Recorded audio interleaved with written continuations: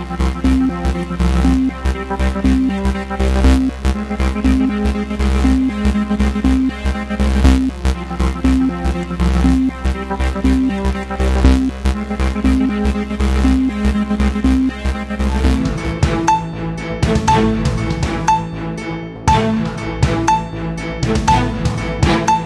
I'm Sammy. And I'm Joe. And we're Mind-Blowing News, also known as NBN. Joe, you want some coffee? Sure, thanks.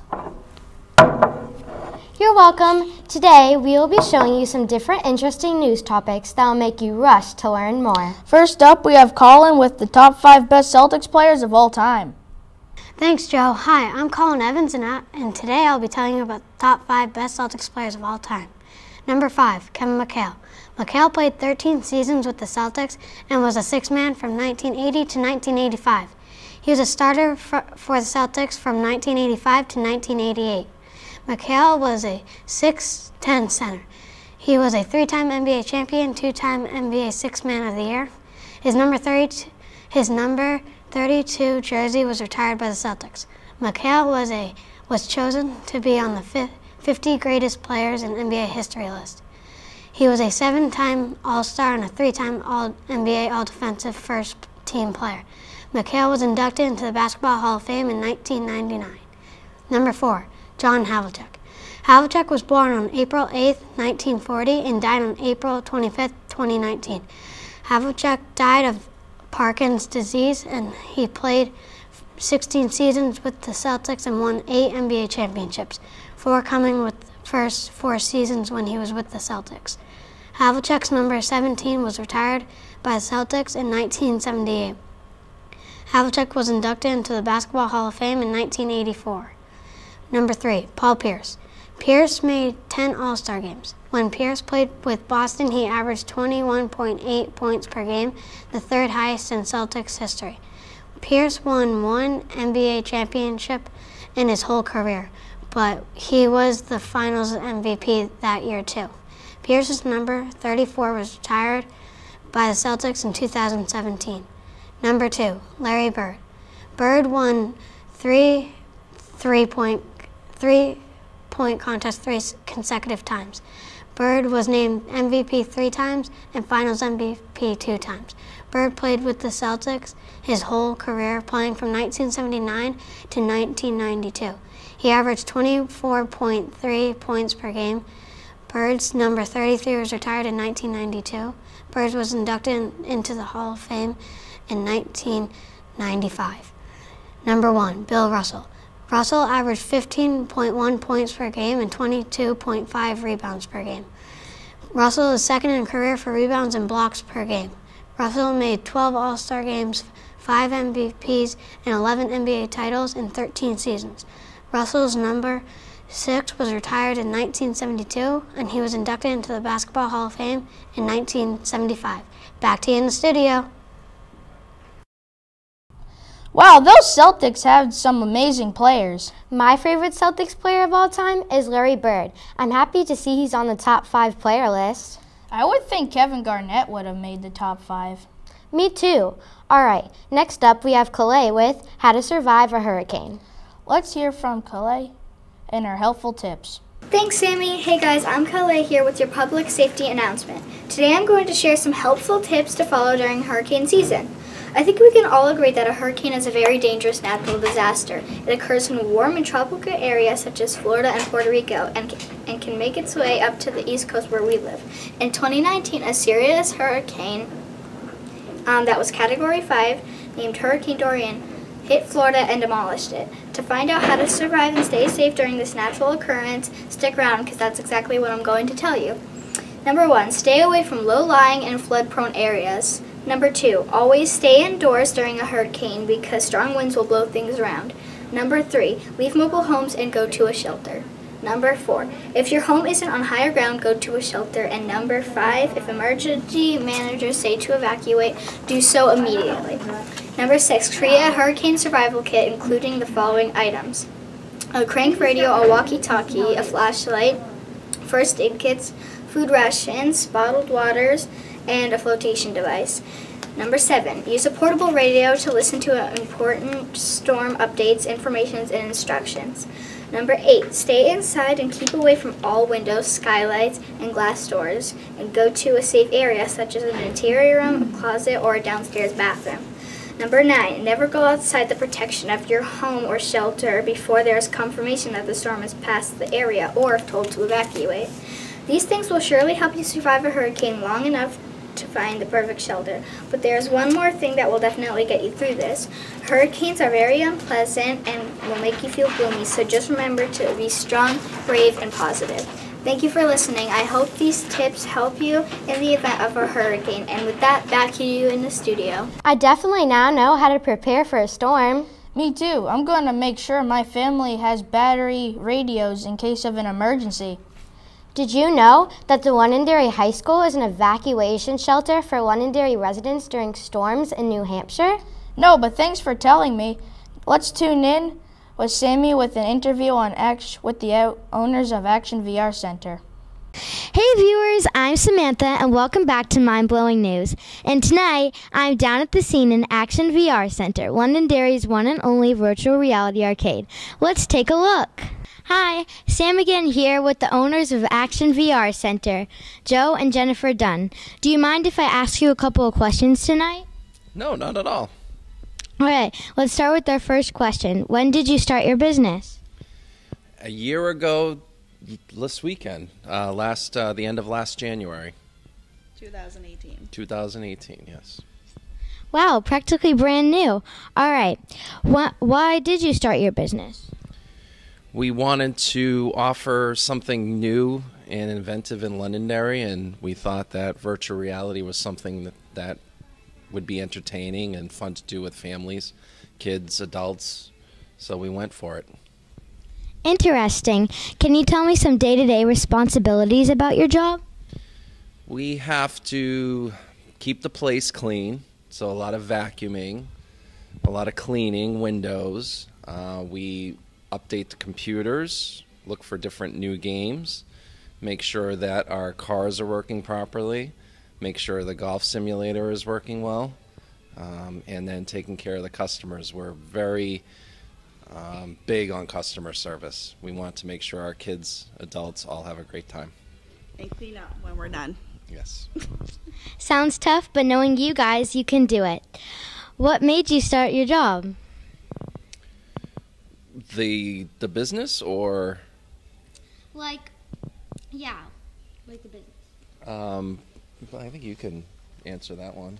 Yeah, I mean, I had a regular job just like most other people, and I didn't know if I wanted just a regular job. I wanted a job that I could control and a job that I really liked going to every single day. So I really love coming here every day, so it was perfect. What's the hardest part about your job? Cleaning up sometimes. No, not cleaning up. I would say technology. Sometimes it's tricky. Our systems will do an update and throw things off a little bit. And for me, sometimes troubleshooting can be a little bit tricky by myself. Jen's a little bit more intuitive with the technology, where I'm still kind of learning it. For me, it's cleaning up and keeping the place clean. With everybody in here, it can get really dirty really fast, and we don't want any germs with people putting the headsets on. So we make sure we clean all the time and keep it clean. Cool. Now for our last question. Can I demonstrate a game for our viewers? Sure thing. We'll head over and we'll have some demos.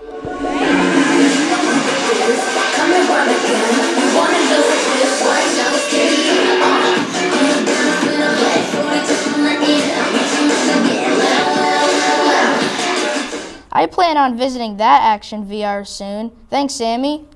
Now, we have Brennan with Top 5 Family Movies coming to theaters in 2020. Hello, my name is Brennan with your entertainment news. Today I will be talking about the top 5 family movies coming out in theaters in 2020.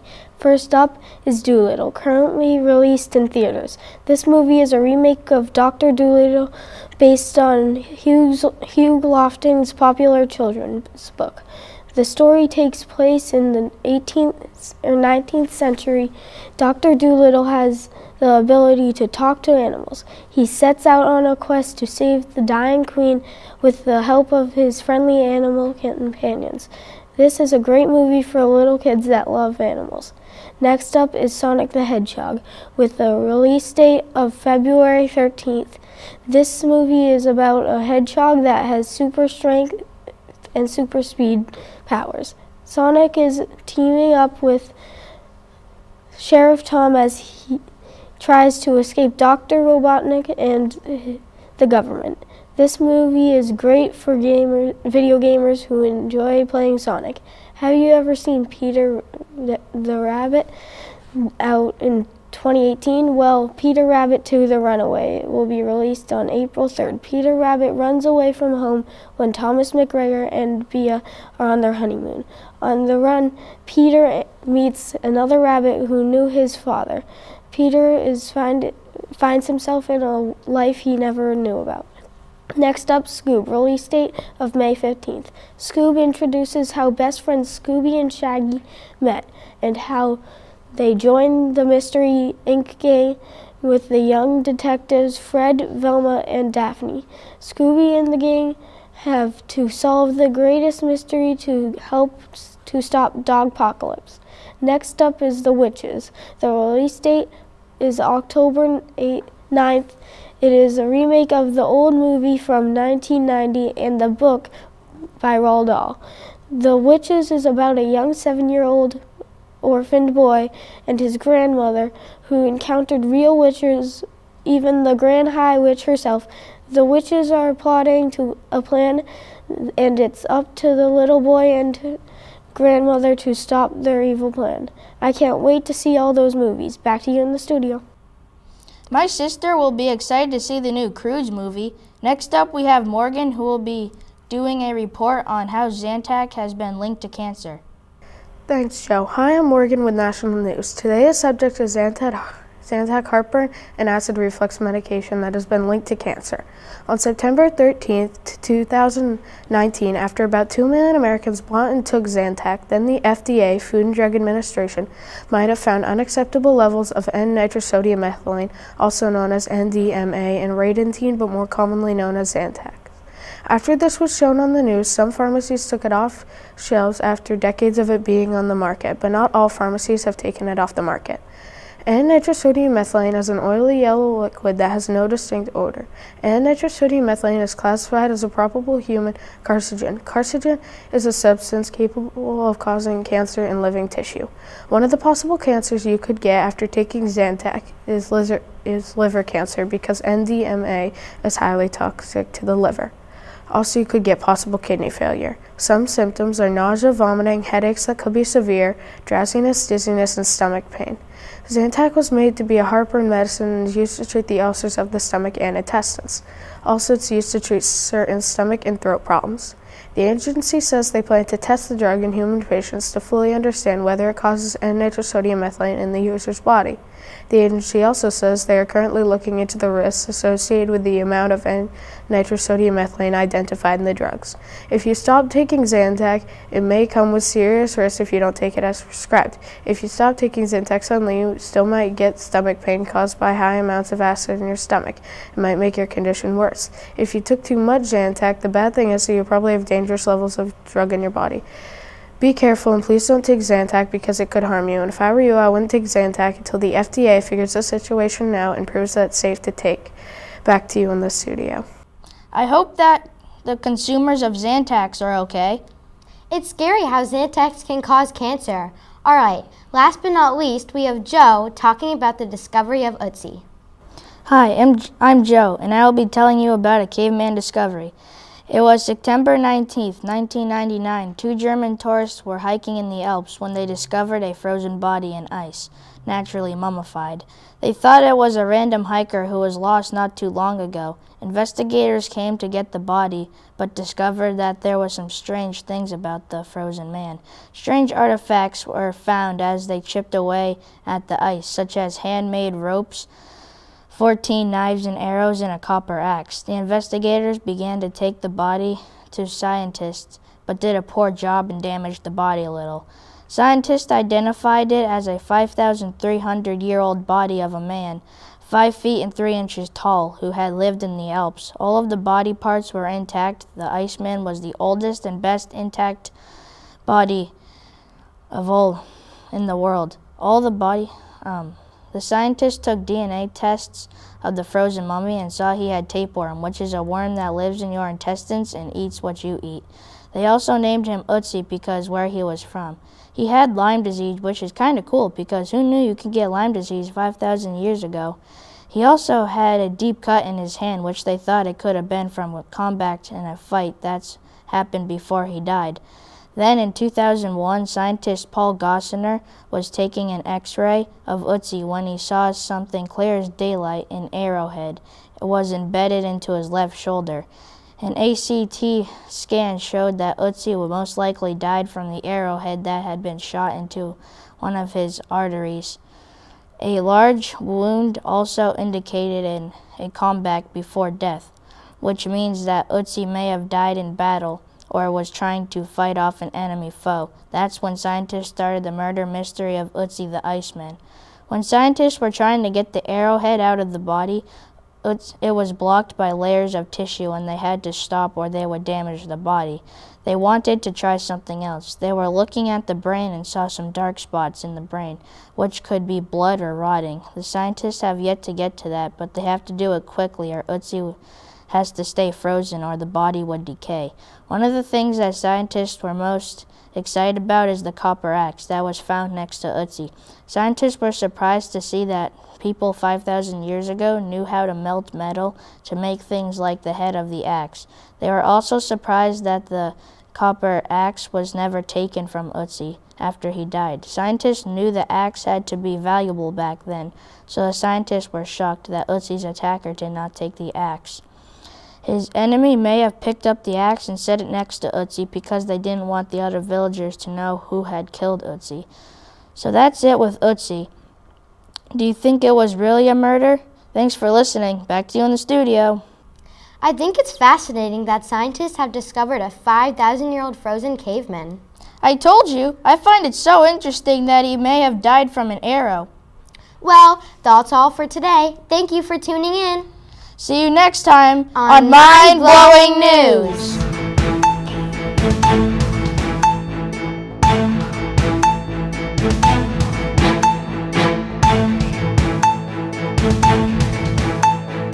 Hello and welcome to Big Brain News. Well, that's an embarrassing name. Yeah, embarrassingly cool. I'm Sophie. And I'm Colin. Hey Colin, have you heard about how dangerous the internet is? No, but let's find out by listening to Evan with his public safety news about how to stay safe on the internet.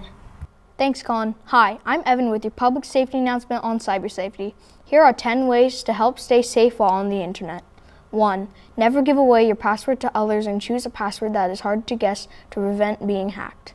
2. Always check the app description that you are downloading to see if it is appropriate for your age. 3. Be very careful about what you post online, including pictures, because people could find your personal information and you don't know who will see it. 4. Don't trust unknown links or answer suspicious questions sent through email or text messages. They could be viruses or unfamiliar senders trying to hack your account. 5. Never fall for phishing, which is the attempt to acquire sensitive information such as usernames, passwords, and credit card details, often for malicious reasons. Phishers are also known as identity thieves. 6. Keep an antivirus system up to date, which will help detect any viruses and try to quarantine them. 7. Never fall for fake websites that may have malware hidden inside them. Malware is a virus that tries to take control of your computer, and your computer could actually be controlled by the creator of the fake website. 8. Back your computer yearly. This is a good habit to get into in case any fatal errors occur so you can get all of your data back. 9. Don't share your Wi-Fi password. While sharing your Wi-Fi connection, which others may seem generous, it can slow down your internet speed and allow other users to see everything on your computer. 10. Use a firewall. This is an electronic barrier that blocks unauthorized access to your computers and devices. And is often included with comprehensive security software. I hope you follow these helpful internet safety tips. I know I will, and you should too. Back to you in the studio. Wow, I'll never share my Wi-Fi password again. Me neither. Next, we have Aiden with our national news about 2 new cars coming out in 2020. Let's listen to what Aiden has to say. Thanks, Colin. Hi, I'm Aiden with your national news today. Today, I'll be telling about 2 new car models coming out in dealerships in 2020. First up is the new 2020 McLaren Elva. This top-of-the-line model has a top speed of 250 miles per hour. That's 854 horsepower overall. The new supercar is powered by a 4-liter twin-turbocharged with a V8 engine. The Elva can go from 0 to 62 miles per hour in under 3 seconds, and 0 to 124 miles per hour in just 6.7 seconds, with the help of its lightweight carbon fiber design. The new supercar's listing price starting at $1,690,000. They're coming out in the late year of 2020. There is a limited production starting at only 399 McLaren Elvas in the USA. Next up is the limited edition Koenigsegg Jessica Megacar. This bad boy's first appearance in the 2019 car show with its designer, Christian von Koenigsegg.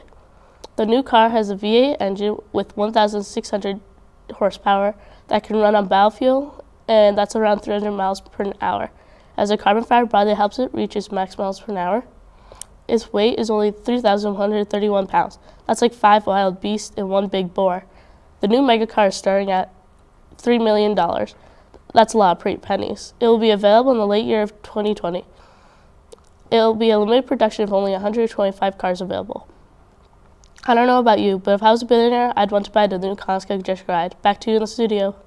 If I was a billionaire, I'd buy the McLaren Elva. If I was a billionaire, I'd spend my money on a mansion. Next, we have Abby with sports. Thanks, Sophie. Hi, this is Abby here with your sports news. A lot of you probably don't know the latest news on Alex Cora, former manager of the Boston Red Sox sign stealing scandal, and I'm going to tell you more on the inside scoop. You may know that Alex Cora has been fired from his job as the manager of the Boston Red Sox baseball team. But do you know why he got fired? Cora admitted playing a role in the sign-stealing scandal that happened when he was a bench coach for the Houston Astros in 2017. Most people are not aware that he was not the only one involved in the scandal. A.J. Hinch was the manager of the Houston Astros at the time of the scandal. Hinch got suspended from his job for being partly involved. Cora was mentioned 11 times in the news reports on January 14, 2020. One of the news reporters thinks that Cora was the mastermind behind the sign-stealing scandal.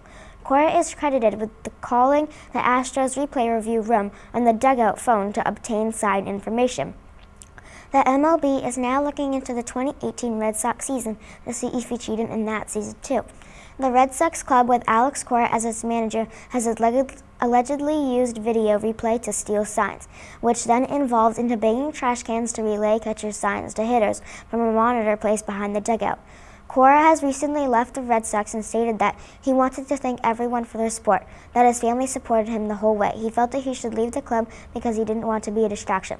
Also, that the 2 years managing the Boston Red Sox were the best years of his life.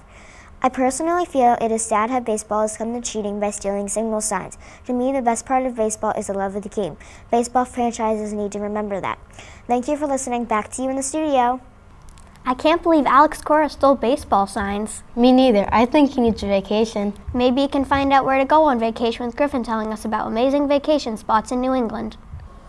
Thanks, Sophie. Hi, Griffin here with your local news. Today I will be talking to you about the top 5 vacation spots in New England.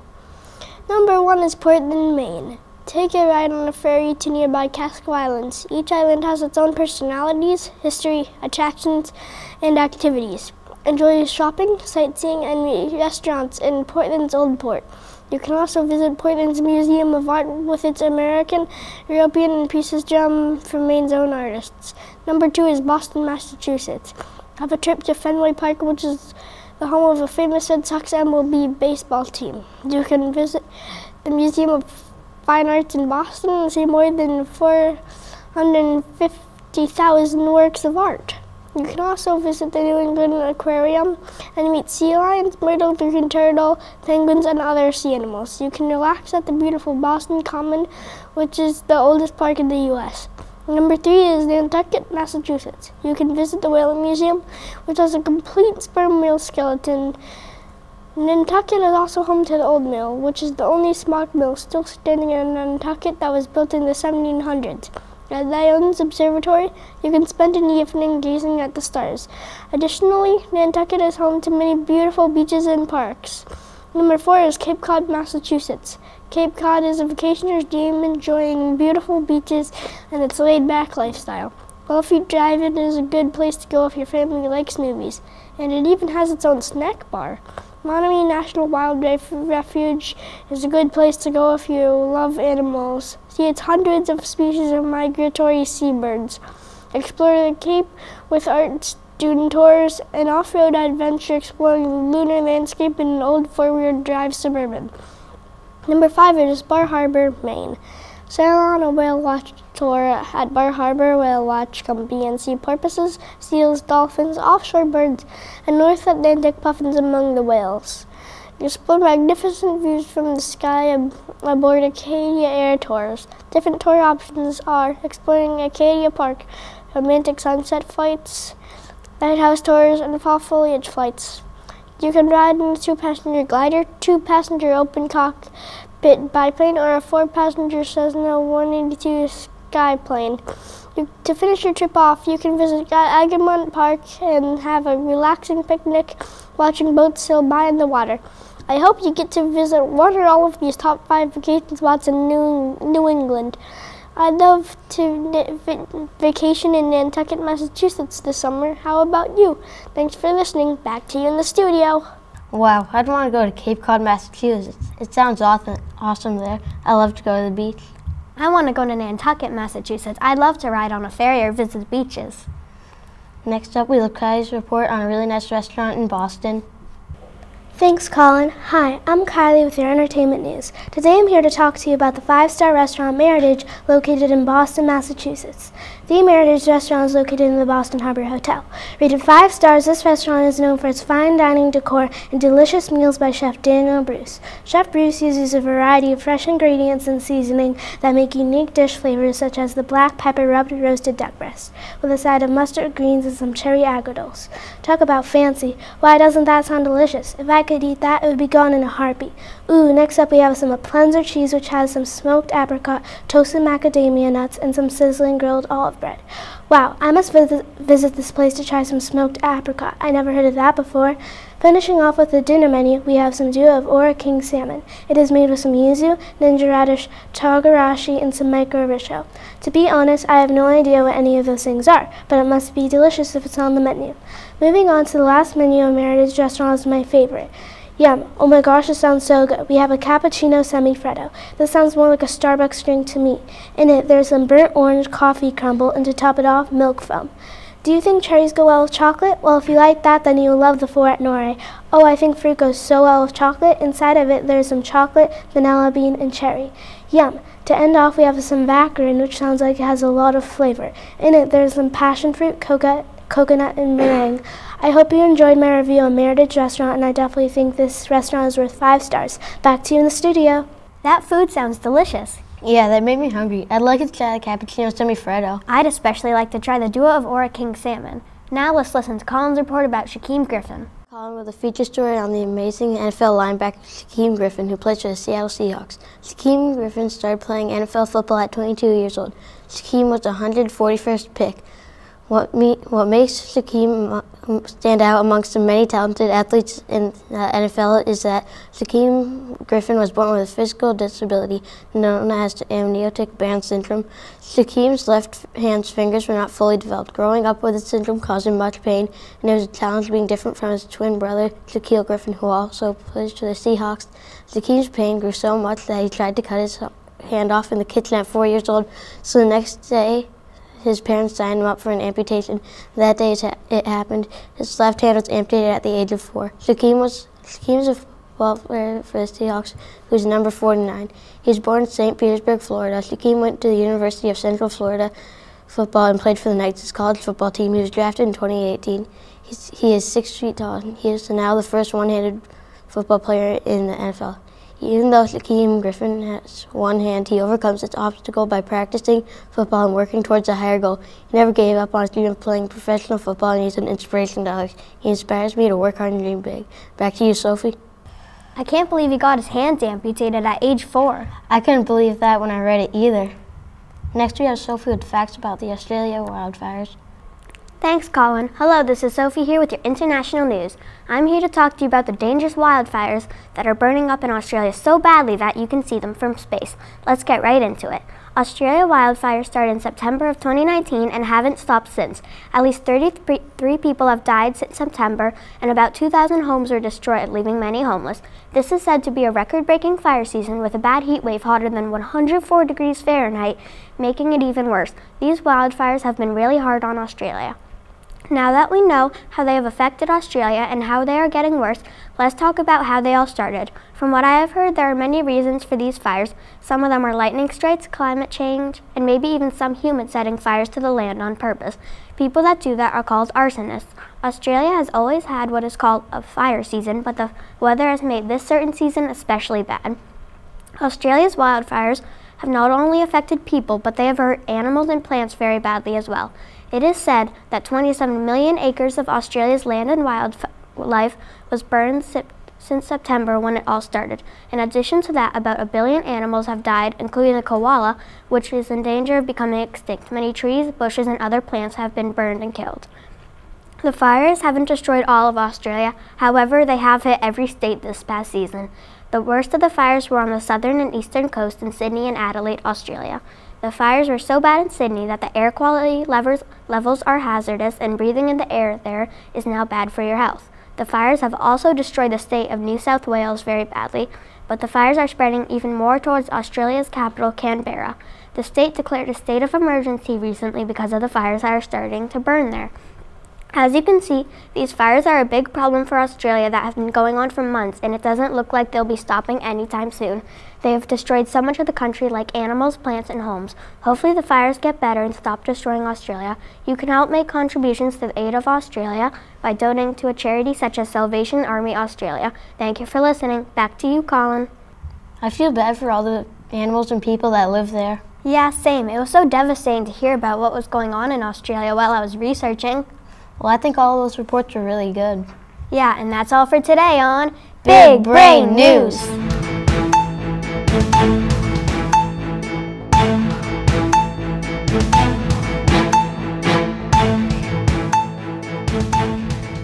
Hi, my name is Joseph. And I'm Addie. And this is Crazy Kids News.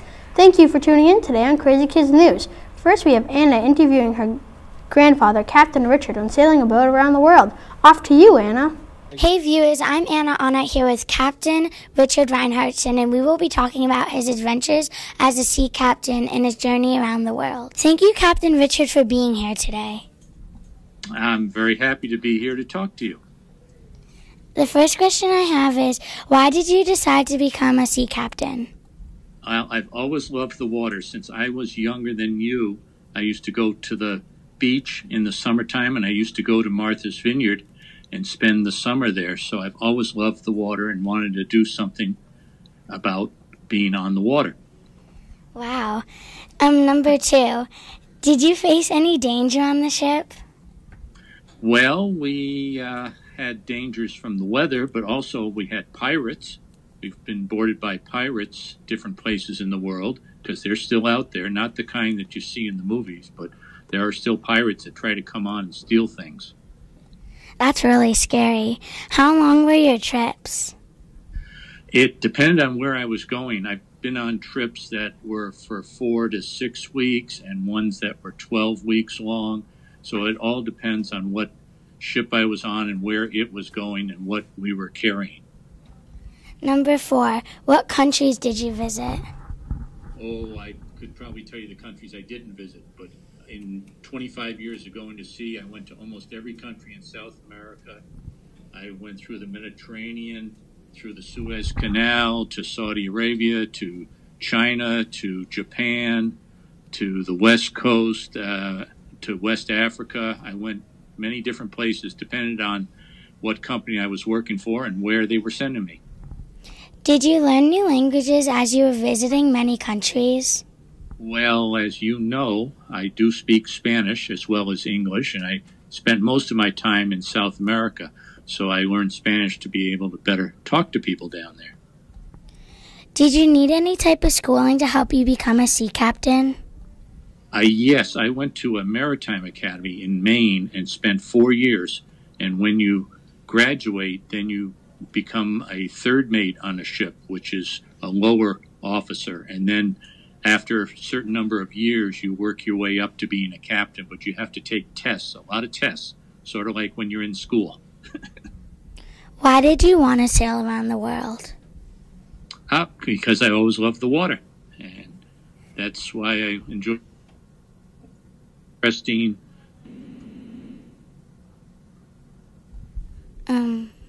Was it hard to leave your family behind?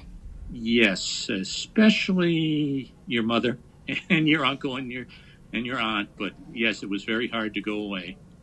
But I was happy when I got back home. How many members of the crew were there? It depended on the ship. I've been on ships that have as many as 45 crew members, and then some of the newer ships have only 18 crew members. So it all depended on the ship and what company was running the ship. What type of natural disasters happened while you were sailing? Well, I've been through several hurricanes and big sea storms and big seas where the ship's rolling all over the place. And saw that in a number of different places around the world. Do you ever miss going out to sea? Not now. I did it for 25 years, and that was good. And I get to ride on the ferry boat every other day. So that's as much going to sea as I want to go to sea now. Thank you, Richard Reinhardtson, for doing this interview with me today. Your adventures were really interesting to learn about. I'm Anna with your special feature. Back to you guys in the studio. Well, that sounds like an interesting grandpa. I can't believe he met real pirates. Yeah, I can't believe he sailed around the world to almost every continent. Next we have Riley with Star Wars Galaxy's Edge at Disney World. Take it away, Riley. Hello, I'm Riley with your entertainment news. Today I'm going to be talking to you about Star Wars Galaxy's Edge and all the new land, which is now open in Disney Hollywood Studios in Orlando, Florida, and Disney Park in Anaheim, California. 2 new Star Wars rides are now available. First, I want to tell you about the one called Millennium Falcon Smuggler's Run. It is located at Hollywood Studios. You must be 38 inches or 98 centimeters or taller to ride this thrilling, interactive motion ride. This ride allows you to fly the Millennium Falcon on a mission through the galaxy. This mission's success or failure depends on you. The next newest ride available is Star Wars Rise of the Resistance. You are on a secret mission with the Resistance when your transport is captured by stormtroopers. You must escape to help the Resistance rise. You must be 40 inches or taller to ride this thrill coaster. I don't know about you viewers, but I'm excited to book my next trip to Disney and get a fast pass for both of these rides. I'm excited to fly the Millennium Falcon and fight some stormtroopers to help the Resistance rise. Back to you in the studio. Wow, I hope I get to go to Disney Hollywood Studios real soon. I'll make sure to get my fast pass next time I go. Next up is Addie with Puerto Rico earthquakes. Addie, take it away. Thanks, Joe. Hi, I'm Addie here with the National News Update. Puerto Rico is having major troubles, and those troubles are huge, destructive earthquakes. Earthquakes are caused by faulting, which are sudden lateral or vertical movements of the Earth's tectonic plates. In some places, you may not even feel the earthquakes that happen, but in Puerto Rico, you can definitely feel these earthquakes.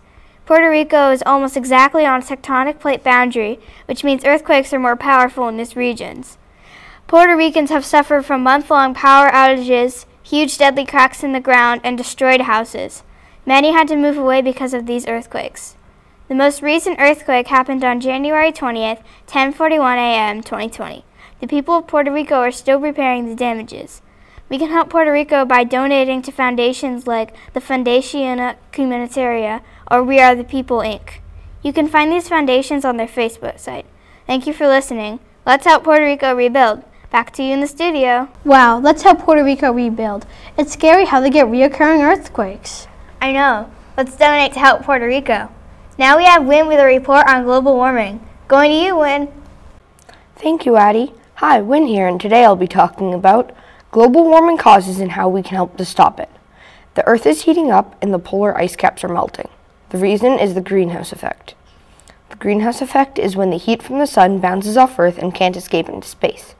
It can't escape because of greenhouse gases like water vapor, carbon dioxide, methane, and nitrous oxide that are released into the atmosphere through the burning of fossil fuels, solid wastes, and wood products.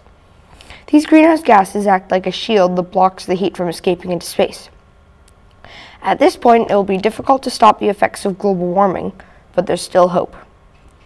Here's how we humans can help stop global warming. We have to work together to truly make change.